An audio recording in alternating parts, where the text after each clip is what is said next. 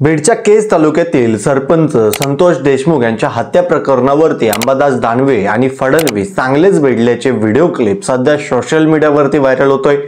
नेमकं दानवे फडणवीस कसे भिडले त्याचा सविस्तर व्हिडिओ क्लिप आपण या व्हिडिओमध्ये पाहणार आहोत। या व्हिडिओ क्लिप पाहूया आणि त्याच्यानंतर या व्हिडिओबाबत चर्चा करूया। नमस्कार, मी अनिकेत तुम्हा सर्वांचं होदा विषय या YouTube चॅनलमध्ये हार्दिक मनापासून स्वागत करतो। पाहूया सविस्तर व्हिडिओ क्लिप आणि त्यानंतर आपण या व्हिडिओबाबत चर्चा करूया। सभापती महोदय, मी 289 मार्फत एक विषय आपल्या समोर मांडू इच्छितो। बीडमध्ये मागच्या आठवड्यामध्ये 9 डिसेंबर रोजी एक घटना घडली। एक केज तालुक्यातील साजू गाव आहे। या गावातील एक सरपंच आहे संतोष अण्णा देशमुख,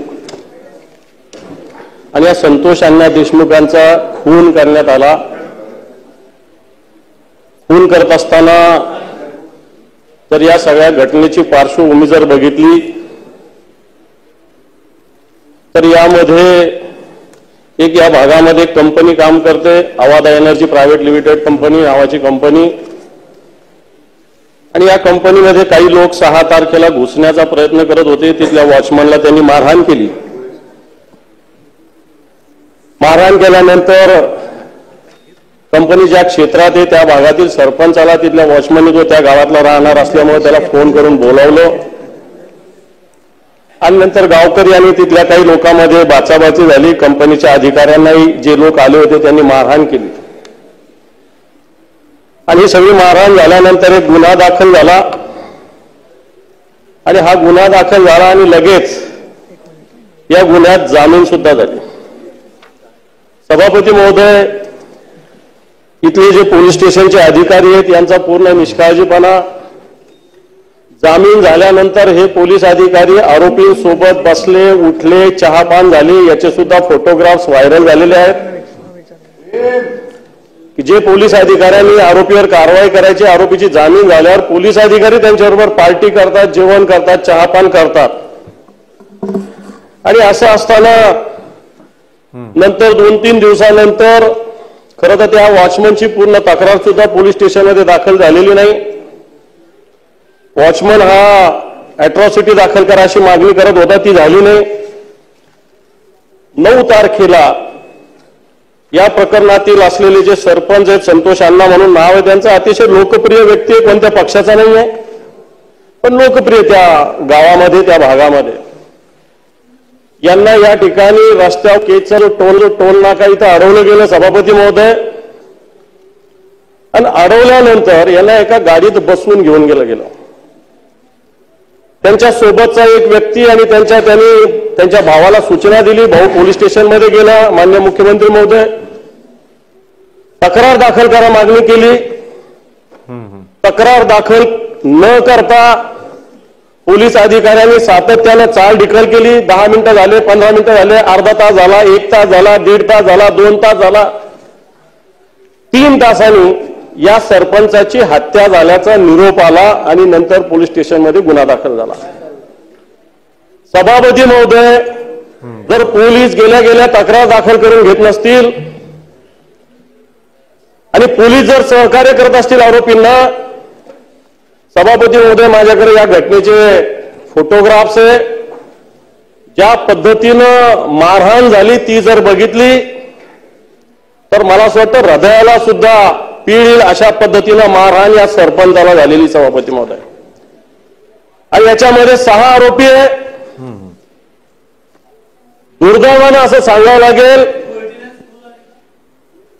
की या सगळ्या याच्यामध्ये सभापती महोदय वेळेची मर्यादा दिली, राजकीय पक्षाशी संबंधित एक त्याच्यात आपल्याला मुख्य आता बंद पण जाहीर केलेला आहे संघटनांनी, तर त्यामधले जे महत्वाचा मुद्दा आहे मी याच्यातलं महत्वाचं काय नाही बोललो तुम्ही तपशील, मी याच्यातलं महत्वाचं काय नाही बोललो। असं आहे की सरकारचं त्याच्यावरचं काय म्हणणं आहे, मला बोलू दिलं सरकार बोलेल ना, असं तुम्हाला करायचं असेल सभापती महोदय, घ्या। सभापती महोदय, त्यांच्या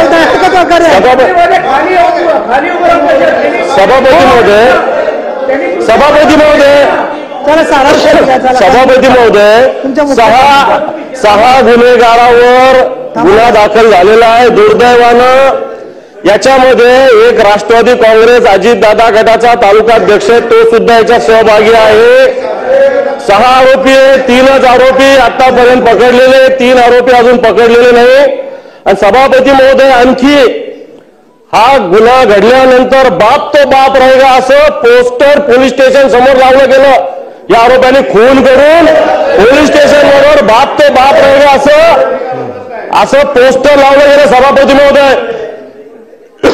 आणि माझी याच्यातून आपल्या मार्फत सरकारला मागणी आहे, जर गुन्हेगार असं बाप तो बाप रहेगा म्हणतो खून करून, अजून 3 गुन्हेगार फरारी आहे.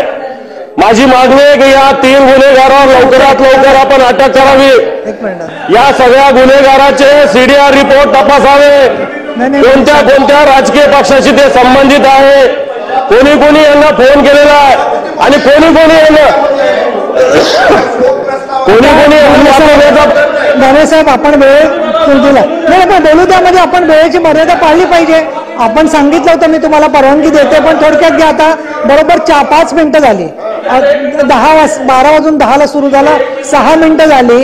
एरवी बोलायला तेवढा वेळ मिळतं. मी आपला विचार करते की आता प्रश्न गंभीर आहे, पण तुम्ही थोडक्यात सारांश करा. इथं 6 आरोपी आहेत माननीय चंद्रकांत दादा. सभापती महोदय, इथं 6 आरोपी आहेत. इकडे येऊन बोला. या 6 पैकी 3 अटक झालेले आहेत. 3 राजकीय पक्षाशी संबंधित आहे आणि 1 राजकीय पक्षाशी संबंधित असंही म्हणतात. मला माहिती नाही की आपल्या मंत्री असलेले एक जे बीड जिल्ह्यातले मंत्री आहेत, त्यांचे एक जवळचे वाल्मिक अण्णा नाव आहे त्यांचं, त्यांनी सुद्धा या आरोपींना फोन केले, या पोलीस स्टेशनला फोन केले. अशा प्रकारचा सुद्धा आरोप त्या भागातील जनतेने केलेला आहे. सभापती महोदय, माझी याच्या आपल्या मार्फत या सरकारला विनंती आहे, देवेंद्रजी फडणवीस सारखे मुख्यमंत्री झालेले आहेत की याच्यामध्ये जे जे कोणी आरोपी आहे यांच्यावर त्वरित कारवाई झाली पाहिजे.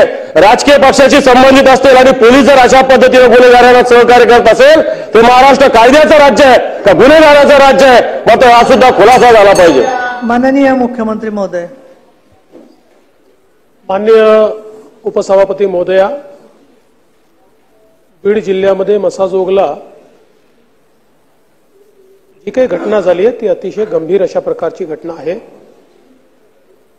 एका तरुण सरपंचाचा अतिशय निगृण अशा प्रकारचा खून हा त्या ठिकाणी करण्यात आलेला आहे आणि निश्चितच ही घटना सरकारने देखील अतिशय गांभीर्याने घेतलेली आहे. या संदर्भात तिथला जो पीआय आहे त्याला सक्तीच्या रजेवर पाठवलाय. त्यावेळेचा जो इन्चार्ज पीएसआय आहे त्याला सस्पेंड केलेला आहे. 3 आरोपींना अटक केलेली आहे. काही आरोपी अद्याप फरार असले तरी त्यांना शोधून काढून त्यांना देखील निश्चितपणे अटक करण्यात येईल. मुळातच मी माननीय विरोधी पक्षनेत्यांना एवढंच सांगू इच्छितो की आरोपी कुठल्या पक्षाचा आहे, जातीचा आहे, धर्माचा आहे, कुठली भाषा बोलतो, कोणाशी संबंधित आहे, अशा प्रकारचा विचार न करता जो खरोखर घटनेमध्ये इन्व्हॉल्व असेल अशा प्रत्येकावर कारवाई केलीच जाईल. याकरताच ही केस सीआयडी क्राईमला ट्रान्सफर केलेली आहे. तिथे या संदर्भात एक स्पेशल एसआयटी तयार करण्याला सांगितलेली आहे. या एसआयटीच्या मार्फत याची चौकशी करून या घटनेच्या पाठीमागे जे कोणी असतील त्यांना शोधून काढून त्यांच्यावर कारवाई केली जाईल. माझी आपल्याला एवढीच विनंती आहे, हे सभागृह एक सर्वोच्च सभागृह आहे. या सभागृहामध्ये आपण जेव्हा बोलतो त्यावेळेस ते 14 कोटी जनतेपर्यंत जातं.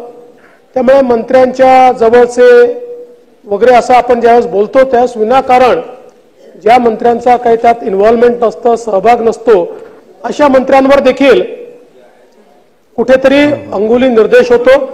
त्यामुळे मला असं वाटतं की सरकारवर सरकार पक्षाचा, विरोधी पक्षाचा कोणाचाही दबाव हा कुठल्याही आरोपीला वाचवा असा आलेला नाही, कोणाचाच नाही.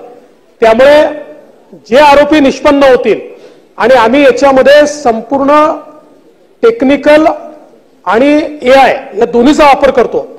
पहिल्यांदा काही गुन्हे आपण आता आर्टिफिशियल इंटेलिजन्सच्या माध्यमातून त्या ठिकाणी सगळी कनेक्टिव्हिटी शोधून काढतो. इथे देखील आपण ते करणार आहोत.